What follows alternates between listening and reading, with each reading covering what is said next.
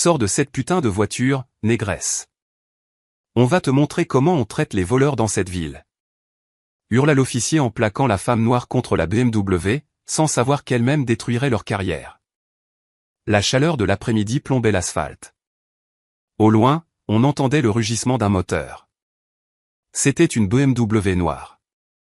Elle glissait le long de l'avenue Franklin.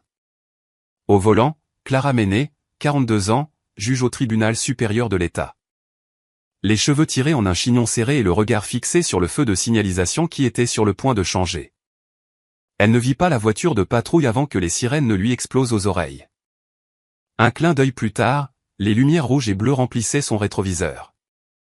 Clara, habituée à la routine judiciaire et consciente de ses droits, ralentit, alluma ses clignotants et se rangea sur le côté. Tôt ou tard, ça arrive toujours, murmura-t-elle pour elle-même avec un soupir résigné. 2 policiers descendirent de la voiture.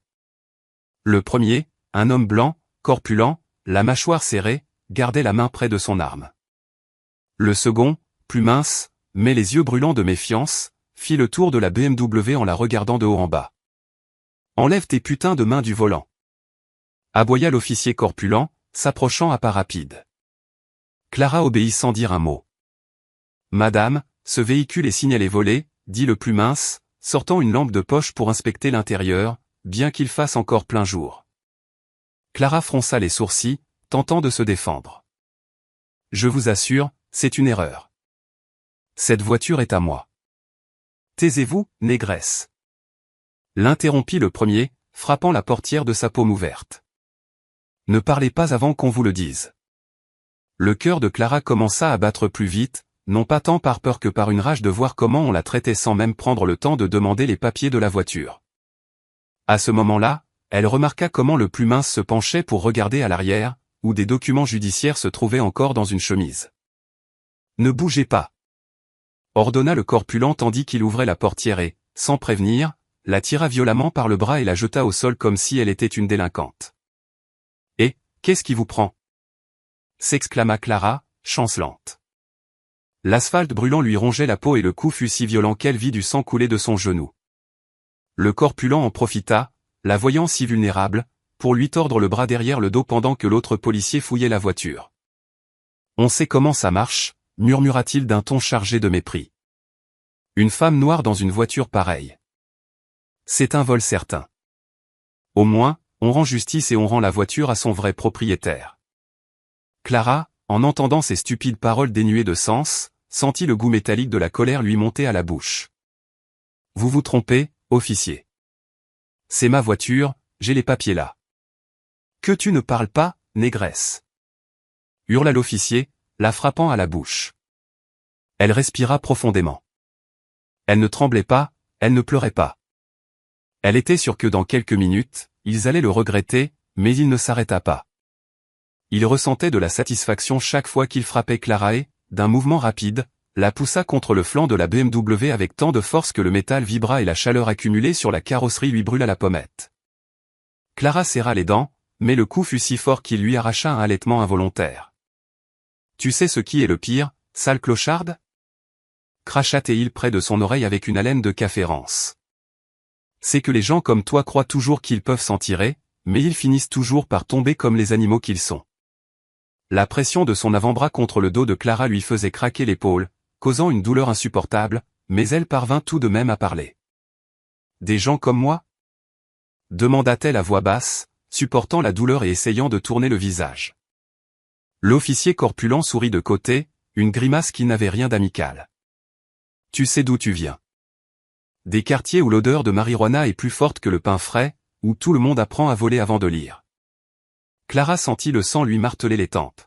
« Vous n'avez aucune idée de ce que vous dites. »« Oh, bien sûr que si, » répliqua-t-il en la poussant encore plus contre la voiture. La chaleur du métal et la pression sur son visage la faisaient se sentir piégée comme dans un four. « Et je vais te dire autre chose. Quand on en aura fini ici, tu vas passer de nombreuses années enfermée et crois-moi, là-dedans, ils ne te feront pas de cadeaux. » L'autre agent leva une enveloppe scellée qu'il avait trouvée sous le siège. « Regarde, c'est sûrement de l'argent ou des preuves d'un autre vol. »« Tu vois ?» dit le corpulent en lui serrant encore plus le poignet. « tu n'es qu'une autre voleuse chanceuse. Et aujourd'hui, ta chance est finie. Clara respira profondément, sentant la rage comme un fer rouge dans la poitrine. À l'intérieur, quelque chose se tendit, comme une corde sur le point de rompre. Le corpulent la maintint prisonnière contre la portière, sa respiration lourde lui frôlant l'oreille. Clara pouvait entendre le cliquetis métallique des menottes lorsqu'il les ouvrit d'un mouvement lent, savourant presque l'attente. « Tu vas regretter chaque seconde de ta vie, femme, dit-il, traînant les mots comme une menace visqueuse. Ici, tu n'es pas dans ton quartier, c'est moi qui commande. » Clara tourna à peine la tête, juste assez pour qu'il voie la froideur dans ses yeux. Il n'y avait pas de peur, et cela sembla l'irriter encore plus. « Tu te crois très maligne, n'est-ce pas ?» Continua-t-il en la poussant avec sa hanche pour l'immobiliser.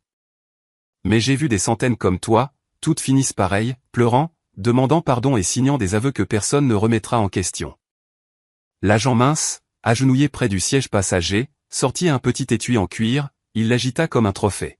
« Ça a l'air cher, ce n'est sûrement pas à toi. » Le coup vint sans prévenir, une poussée sèche contre la tôle qui lui arracha un gémissement de douleur. Le parfum de la peinture et le métal chaud se mélangeaient au goût amer de l'humiliation. « Regarde-toi » murmura le corpulent, penchant la tête pour la regarder de haut en bas. « Chaussures de marque, sac élégant. À qui l'as-tu volé ?» La pression sur son bras était si forte qu'elle sentait ses doigts s'engourdir. Malgré tout, Clara planta son regard sur le reflet déformé que la voiture renvoyait. Ce n'était pas le visage d'une victime. « Continuez de parler, » dit-elle d'une voix ferme, sans hausser le ton. « Je vous jure que chaque mot qui sortira de votre bouche vous coûtera plus que vous ne l'imaginez. » Le corpulent lâcha un rire bref, sec. « Ah oui. Et qu'est-ce que tu vas faire, toi ? Depuis une cellule ?» Clara ne répondit pas, elle serra seulement les lèvres. À l'intérieur, chaque muscle était prêt, non pas pour s'échapper, mais pour le moment exact où tout basculerait. Le corpulent lui ferma le poignet d'un seul clic des menottes. Le métal froid s'enfonça dans la peau comme s'il voulait la transpercer. Voilà. Une voleuse de moins dans les rues, lâcha-t-il en la poussant vers le coffre de la BMW. Clara trébucha, mais resta droite. Le menton toujours haut, bien que l'épaule lui brûlât à cause de la torsion. Le mince sortit de la voiture avec une grimace de satisfaction. Tout est prêt, on l'emmène au commissariat et le reste, on connaît. 2 signatures, quelques photos et personne ne posera de questions. Exactement, acquiesça le corpulent. Dans le rapport, je dirais qu'on l'a trouvé en train d'essayer de s'enfuir. Le reste, tu l'inventes. Clara écoutait chaque mot. Elle ne clignait pas des yeux. Le silence qu'elle gardait commençait à les inquiéter. Et, le mince s'approcha en baissant la voix. Tu ne trouves pas qu'elle est trop calme ? PFF. Souffla l'autre. Calme, parce qu'elle sait qu'elle est fichue. La chaleur devenait insupportable. Une goutte de sueur coula sur le front de Clara, mais elle ne l'essuya pas. La fixité de son regard commença à gêner le corpulent qui lui donna une autre poussée, cette fois contre le bord du coffre. « Profite de l'air libre tant que tu peux », murmura-t-il en lui plantant les doigts dans le bras. « Je te jure que le reste de ta vie sentira l'humidité et la peur. » Clara, sans le quitter des yeux, laissa échapper un sourire bref, sec, qui n'avait rien de cordial. « Sûr ? » demanda-t-elle en traînant chaque syllabe, parce que j'ai l'impression que celui qui ne va pas dormir tranquille, c'est vous. Pour la première fois, le corpulent cessa de sourire. Le corpulent cligna des yeux, mal à l'aise. Il n'avait pas l'habitude que quelqu'un, et encore moins quelqu'un avec les poignets menottés, lui parle ainsi. « Qu'est-ce que tu insinues, bon sang ?» grogna-t-il, essayant de retrouver son ton menaçant. Clara inclina à peine la tête comme si elle l'évaluait.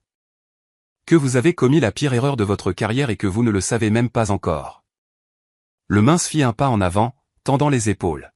« Arrêtez vos petits jeux. On va vous faire monter dans la voiture de patrouille. » Et non, l'interrompit Clara avec un calme qui semblait impossible.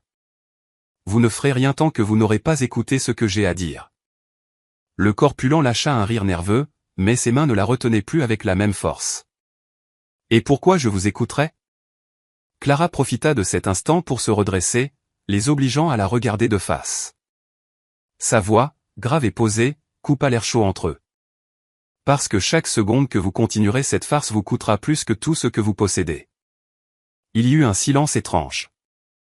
Le mince échangea un regard rapide avec son collègue, essayant de lire ce qu'il ne comprenait pas. « Écoute, négresse, dit le corpulent, mais sa voix n'était plus aussi ferme. Je ne sais pas ce que tu crois que, taisez-vous. Le coupa Clara, sans hausser le ton, mais avec une autorité qu'aucun n'attendait. Le corpulent resta immobile, comme si ce seul mot lui avait mis un poids sur la poitrine. Clara fit un pas en avant, s'approchant suffisamment pour qu'il puisse voir l'éclat glacé dans ses yeux. « Je vais vous donner une chance, murmura-t-elle. Une seule. » Le mince avala sa salive. « Une chance ? Pourquoi faire ? Pour vous arrêter avant que vous ne détruisiez votre vie. » Le corpulent serra la mâchoire, mais ne répondit pas. Quelque chose dans son regard commençait à révéler que, pour la première fois cet après-midi, il n'était pas sûr d'avoir le contrôle. Clara respira profondément. Ses poignets étaient toujours piégés, mais elle inclina légèrement la tête vers son sac, jeté sur le siège passager. Dans cette poche intérieure, il y a quelque chose que vous devriez voir maintenant. Le mince hésita. Le corpulent fronça les sourcils. Et qu'est-ce que tu crois qu'on va chercher ? Ton faux permis de conduire ? Non, répondit Clara d'un ton qui n'admettait pas de réplique. Ce n'est pas un permis. Après un instant de silence, le mince tendit la main et sortit un portefeuille en cuir foncé. En l'ouvrant, son expression changea. Là, se trouvait la carte d'identité officielle du tribunal supérieur avec sa photographie et son nom en lettres dorées. Clara Menet, l'utile d'un fil de voix. Juge Clara Menet, corrigea-t-elle. Le corpulent lâcha un rire court, faux, essayant de cacher la tension qui lui serrait la mâchoire. Ça ne prouve rien. N'importe qui pourrait falsifier. Finissez cette phrase et je vous jure que vous la réciterez devant le tribunal sous serment, l'interrompit Clara, lui plantant son regard comme un scalpel. Le silence devint pesant. Les deux hommes savaient ce que signifiait cette carte, mais aucun ne voulait le reconnaître à voix haute. Le mince fut le premier à baisser les yeux, évitant son regard. « Enlevez-moi les menottes, ordonna-t-elle. Le corpulent ne bougea pas. « J'ai dit, enlevez-moi ces putains de menottes. » Les clés tintèrent. Un clic métallique et Clara retrouva sa liberté. Elle se frotta le poignet marqué par le métal, mais sans les quitter des yeux. « Messieurs, dit-elle en ajustant sa veste. Je ne vais pas crier. Je ne vais pas appeler un supérieur. Non, pas encore ? Demanda le mince, tentant un geste de moquerie. Si, parce que chaque poussée, chaque mot que vous m'avez dit, chaque insulte, vous les réentendrez, sourit-elle, mais sans chaleur. Seulement cette fois, ce sera en mon nom, lors d'un procès, et croyez-moi, il n'y aura pas de rue déserte pour vous sauver. Elle passa entre sans qu'aucun n'osa l'arrêter. Elle ouvrit la portière de la BMW, s'assit au volant et démarra sans regarder en arrière. Ce n'était pas nécessaire. Elle savait déjà que leur visage tendu et moite serait facile à se souvenir quand viendrait le moment de tout faire payer. 8 mois plus tard. Au commissariat, l'air sentait le vieux café et la sueur enfermée.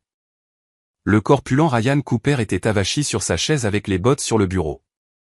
Le mince Mark Ellis signait quelques rapports sans grand intérêt. « Je te l'avais dit, mon frère, » dit Ryan en soufflant sur son café avant de le boire. Cette négresse n'était rien.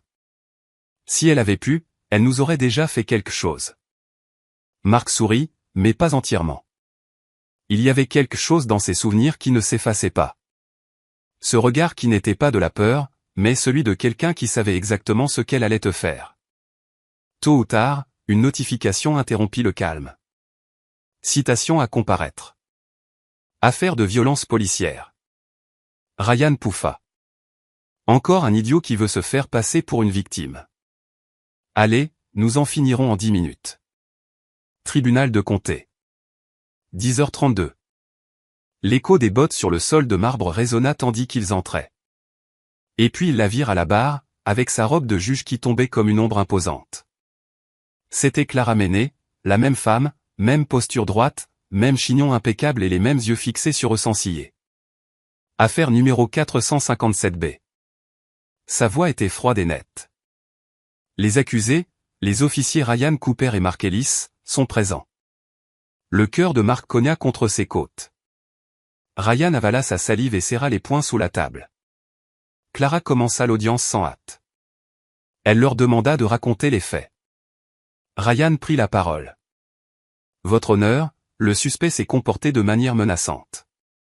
Nous avons considéré qu'il y avait un risque, l'interrompit-elle, se penchant légèrement. Basé sur quels indicateurs objectifs? Ryan ouvrit la bouche, mais rien ne sortit. Mark intervint. Elle semblait nerveuse et ses vêtements étaient suspects. Clara soutint leur regard pendant quelques secondes qui parurent une éternité. Suspect comme un tailleur de couleur crème? Demanda-t-elle, laissant la salle entière dans le silence. L'air devint épais. Ryan la reconnut à cet instant, non pas comme une juge quelconque, mais comme la femme qu'ils avaient un jour poussée, menottée et humiliée. Elle ne leur laissa pas même le temps de répondre. Officier Ellis, vous souvenez-vous avoir dit à une personne qu'elle passerait de nombreuses années enfermée et qu'elle n'était rien d'autre qu'une voleuse? Demanda-t-elle d'une voix parfaitement maîtrisée, tranchante comme une lame. Mark se tortilla sur sa chaise. Je ne me souviens pas de ces mots exacts. Moi si, répliqua Clara, sèchement. Je m'en souviens avec une clarté absolue. Chaque fois qu'il tentait de se justifier, elle resserrait l'étau, les acculant par une nouvelle série de questions, les laissant peu à peu à court de mots. Elle ne criait pas, ne haussait jamais le ton, ne montrait pas la moindre colère. C'était pire, un calme implacable, un contrôle glacial qui ne laissait aucune échappatoire. Enfin, après des heures d'exposés, de témoignages et de preuves, Clara saisit le marteau. Ce tribunal estime qu'il existe suffisamment d'éléments pour prononcer la suspension immédiate de vos fonctions, l'ouverture d'une enquête interne et le renvoi du dossier au parquet fédéral. Le coup sec résonna dans la salle comme une détonation. Ryan et Mark restèrent figés. Aucun cri, aucune protestation. Ils savaient que c'était la fin. Clara se leva, ramassa calmement ses papiers et se dirigea vers la sortie. En passant près d'eux, elle s'arrêta juste assez longtemps pour murmurer. Chaque coup, chaque mot, chaque humiliation revient toujours. Puis elle quitta la salle, sans un regard en arrière. Ryan et Mark la suivirent des yeux, mais ne prononcèrent pas un mot. Ils savaient que, depuis cet après-midi brûlant dans la rue, elle avait décidé que ce jour viendrait et il était venu. 3 mois après le procès, une pluie fine tombait sur le trottoir. Ryan Cooper et Mark Ellis marchaient les mains dans les poches, sans uniforme, sans insigne, sans but. La suspension s'était muée en licenciement définitif. Leurs économies s'étaient évaporées en frais d'avocat et en dettes. Ils n'étaient plus les officiers Cooper et Ellis, seulement 2 hommes au visage marqué par la fatigue et aux noms irrémédiablement entachés. Au coin de la rue, le ronronnement discret d'un moteur attira leur attention. Une BMW noire s'immobilisa près du feu rouge. La vitre se baissa lentement. Derrière, Clara Menet, vêtue d'un costume sombre, droite, imposante, parfaitement calme malgré la pluie et le vacarme de la circulation. Elle les regarda longuement, comme si elle les avait attendus. Elle ne sourit pas. Dans ses yeux brillait quelque chose de plus dur, une reconnaissance glaciale, la certitude qu'il payait encore et qu'il paierait toujours. Ryan sentit un nœud se former dans son estomac. Mark détourna les yeux, incapable de soutenir ce regard. Le feu passa au vert. Clara remonta la vitre et la BMW s'éloigna doucement, laissant derrière elle un long éclat brillant sur l'asphalte mouillé. Elle n'avait pas eu besoin de parler. Ils savaient que, depuis le premier jour, leur destin avait été scellé. Et désormais, chaque fois que le son lointain d'un marteau frapperait le bois, ils penseraient à elle.